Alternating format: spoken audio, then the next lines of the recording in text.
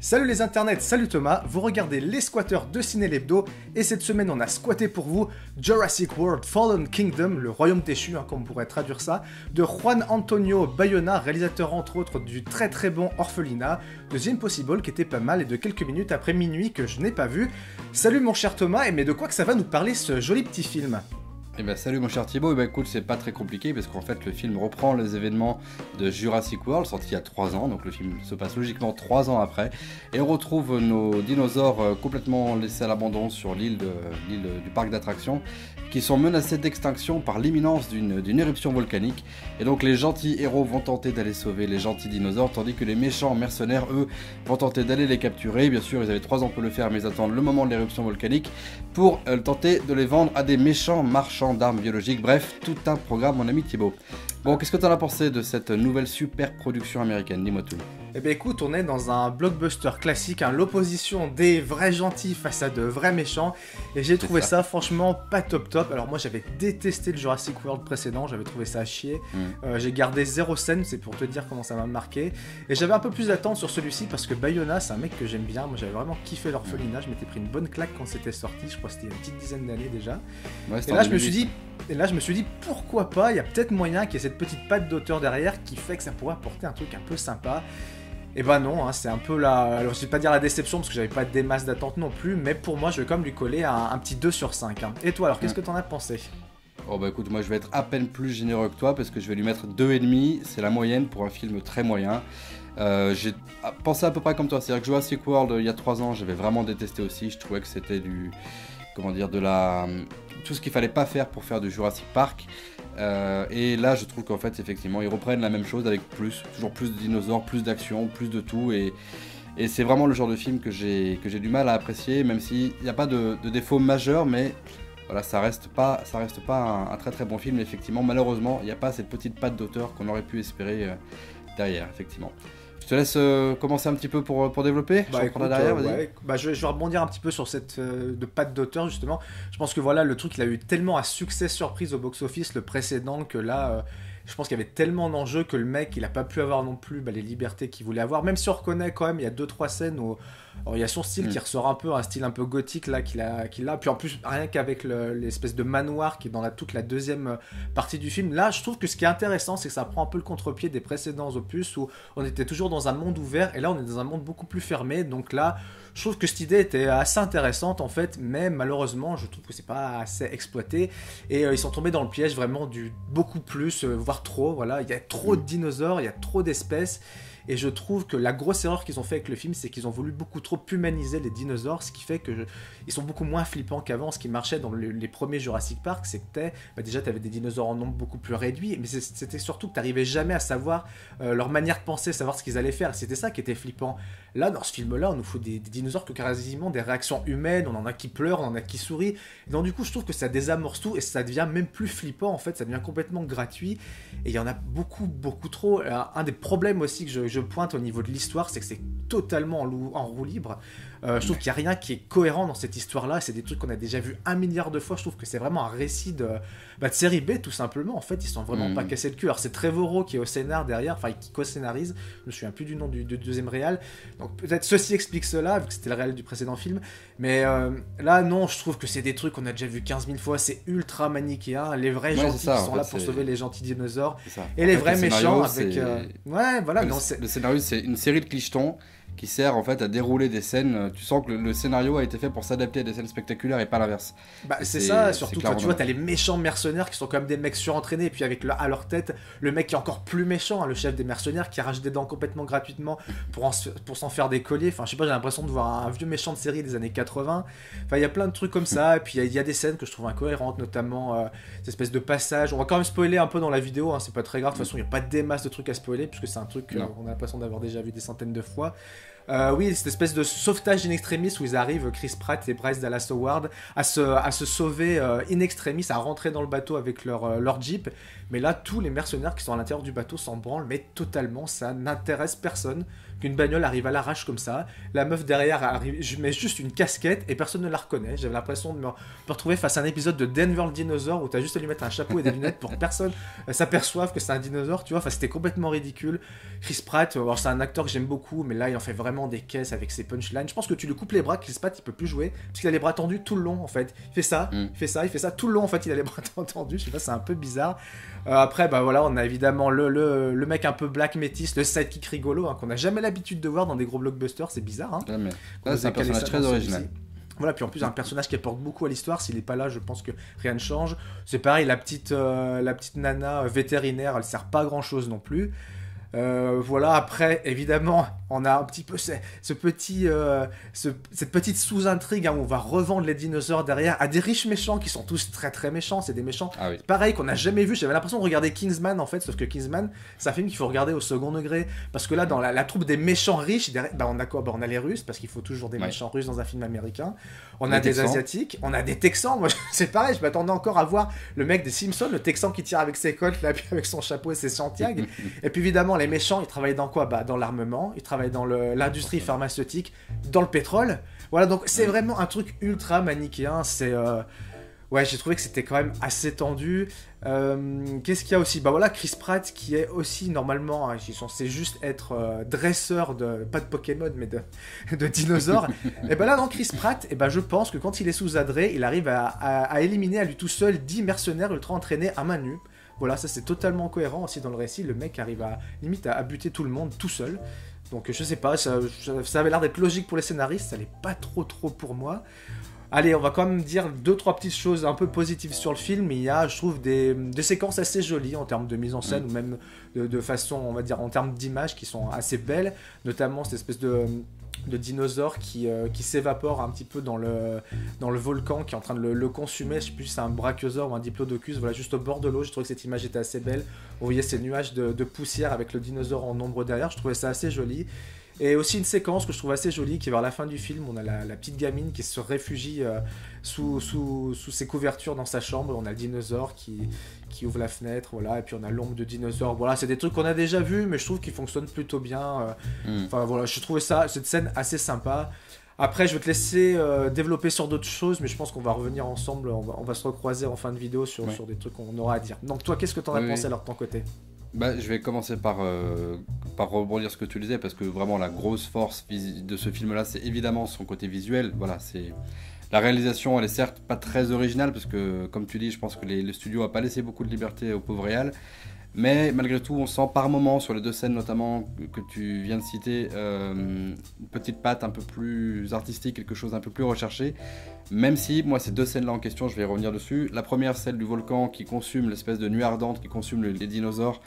C'est un moment un peu émotion dans le film, ce que j'ai trouvé que ça ne fonctionnait absolument pas. J'étais même un peu mal à l'aise devant le film parce que tous les personnages sont ultra émus de voir les dinosaures se faire cramer la gueule.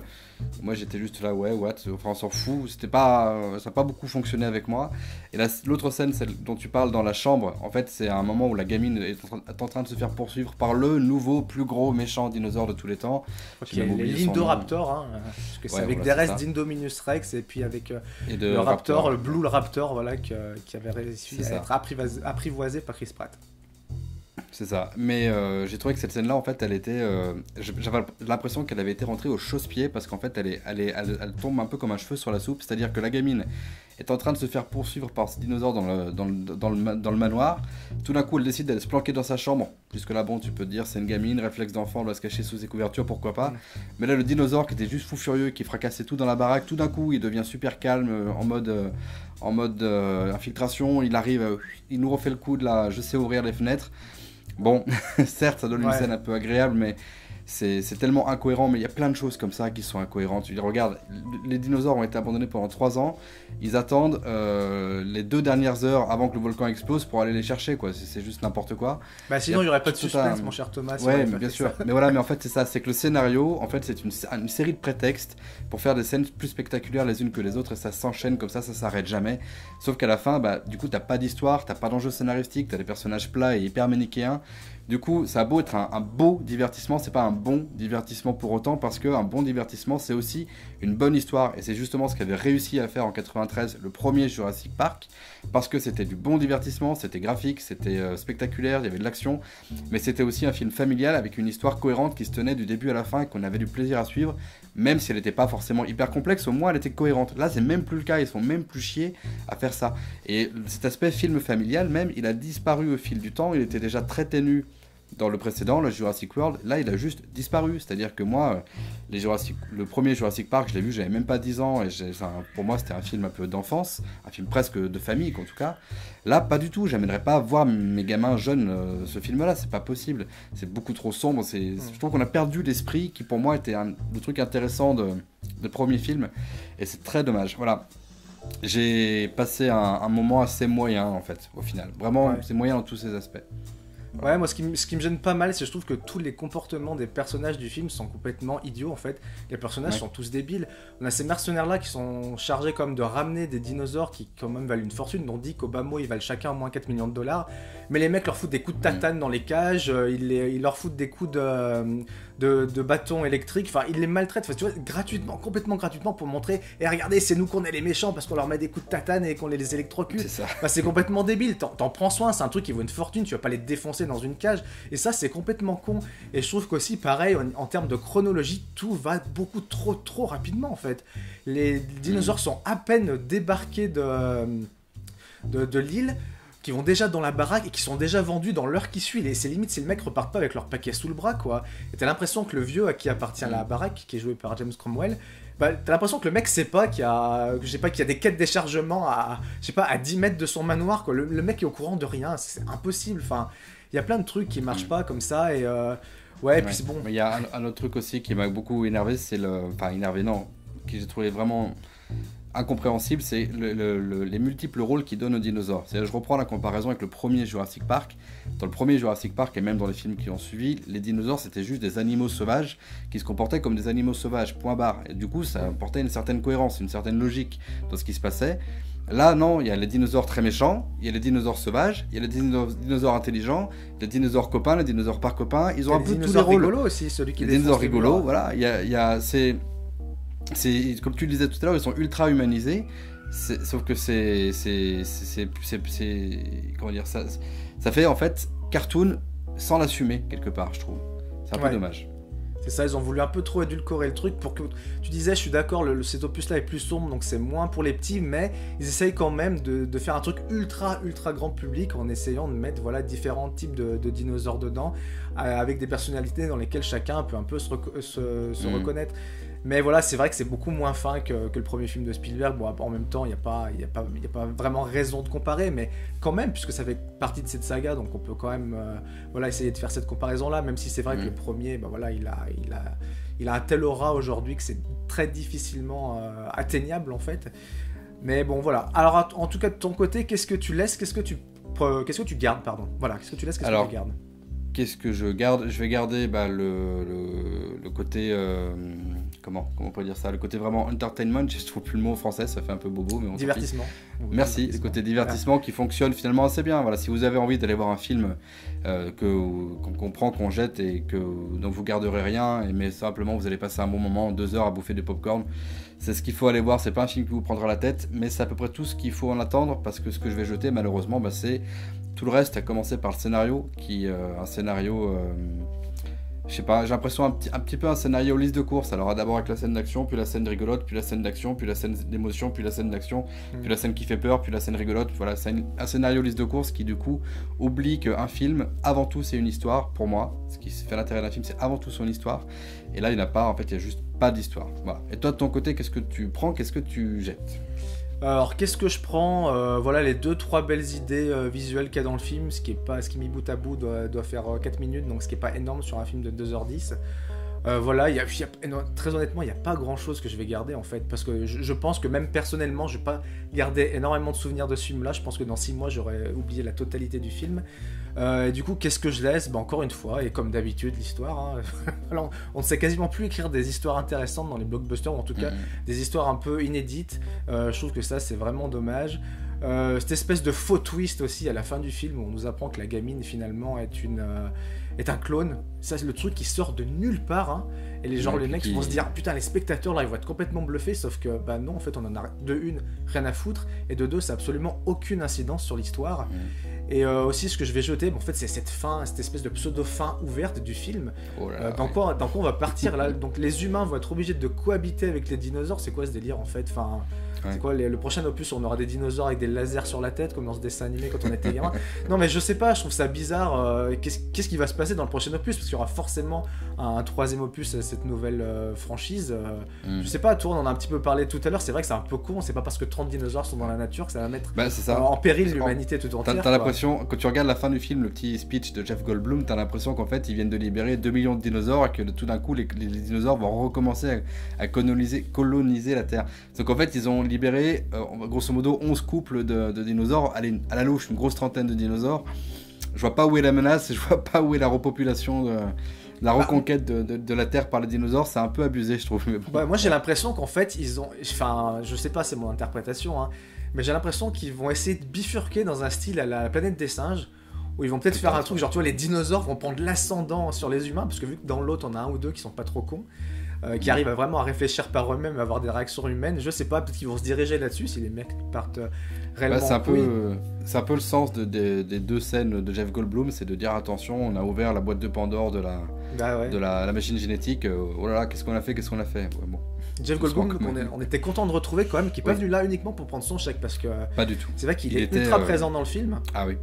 Et je pense que s'il n'avait pas été là aussi, ça aurait changé complètement la physionomie du film. Je pense que lui ou un texte déroulant, c'est à peu près la même chose. Je pense. Bon bah voilà, je pense qu'on a dit à peu près tout ce qu'on avait à dire sur ce Jurassic World Fallen Kingdom. Voilà, nous on se retrouve, mon cher Thomas, très bientôt pour une prochaine vidéo.